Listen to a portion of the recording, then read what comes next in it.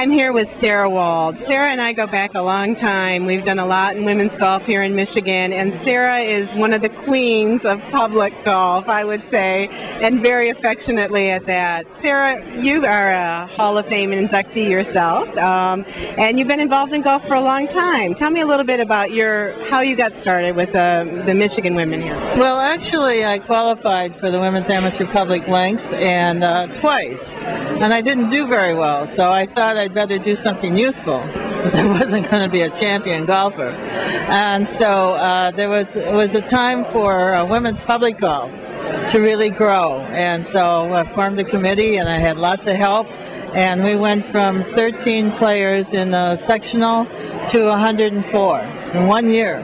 And from that, we started the state championship for the Women's Public Links.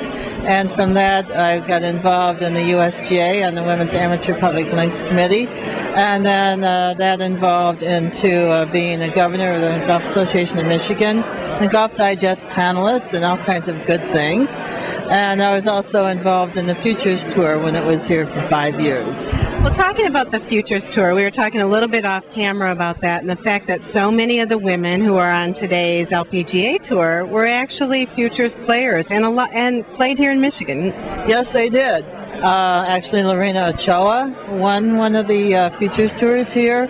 Christina Kim, Juliet Granada, who just won the $1 million last year, and Stacy Permunsud, who's doing really well, and Allison Fausch, who played for Michigan State, was second in last week's championship, LPGA Tour. So we really have a rich history for women's golf in Michigan, and I'm very proud of it, and it's been great, very exciting. Now, because we are not going through sort of the dramatic changes we did in women's golf 10 years ago, people sometimes think of it with a little more complacency. Is there still a lot of work to do for women in golf?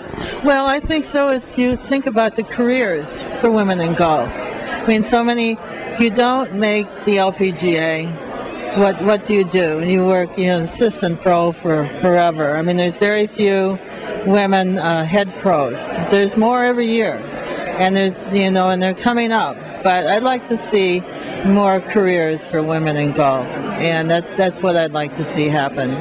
Now, 20-some years in Michigan women's golf, what was your greatest satisfaction?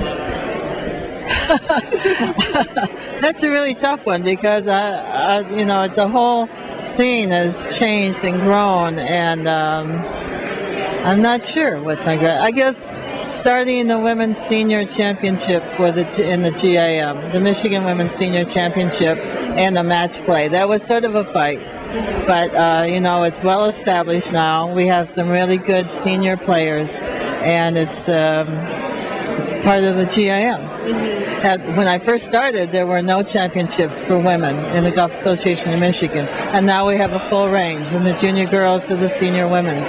And so that's exciting, I think. And I would have to believe in a way that, that's also a legacy that you have initiated and you're leaving behind. It's almost like this program now has legs, thanks to you. It does. There's so many women involved, and they all know what to do, how to run a tournament, and it's very, very rewarding. And you and I were involved in the golf summits, and that was very rewarding when we had some really exciting women come in. Help me out here. Kathy Whitworth. And Elaine Crosby. Right, and Carol Mann. Absolutely. It was really a fabulous time and some big issues, I think, that we were dealing with back then. Yes, at that time it was, more grassroots. Yes, absolutely. Now it's grown, so we've gotten past that stage. Absolutely.